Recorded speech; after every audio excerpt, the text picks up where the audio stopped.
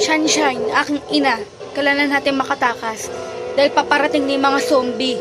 Kinakabahan na ako, baka mamay makagat pa ako. Pagkalala anak, makakatakas ka agad tayo, Jessica. Halika na, yan yung mga zombie. Ma-wait! Maghintay sa dakilang araw na usligin Emily. Muntik nyo na po akong iwan. Muntik na po akong maano ng mga zombie. Ibig sabihin para parating na yung mga zombie. Takot ka naman, Jessica. Hindi tayo makakagat ng zombie. Lalabanan natin yung zombie. Hindi tayo lalayo. Hindi tayo papayag kasi iisa lang naman yung zombie. Hindi tayo papayag na makakalat pa siya ng ibang mga zombie. Po kayo, ina. Yun yung zombie. Diyan ka lang ha. Ako bahala dito. Hoy, harapin mo kung zombie ka. Tikman mo itong sapak ko.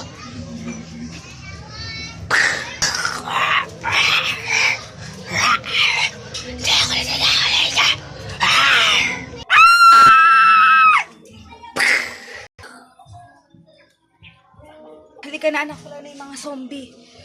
Halika na. Aray ko. Bilisan mo anak, wala na yung zombie. Wait lang aking ina.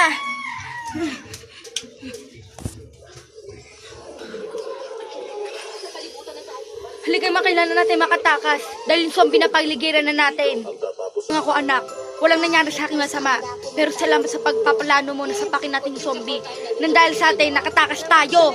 Uma, kala ko may nakagat ka po. Halika na po. Mapasok! Wait lang! Ay, sarado nyo na po. Ang mahalaga, ligtas tayo, anak. Hindi tayo nakagat ng zombie. Wala tayong kagat. Kung mama siya hindi kayo nakagat, bak mamaya nililihim nyo lang sa akin. Ayoko mawala po kayo sa akin, mama. Mahal na mahal ko po kayo. Jessica, kung umiyak, anak, hindi ako nakagat. Mahal na mahal din kita. Mahal na mahal ko rin po kayo. Oh guys, ako nga po pala guys yung mama ni Jessica. Nagka-zombie na po ba sa inyo sa totoong buhay guys? I-share nyo lang po at i-like nyo na po guys. At may abangan nyo po yung part 2 ng zombie. Thank you po.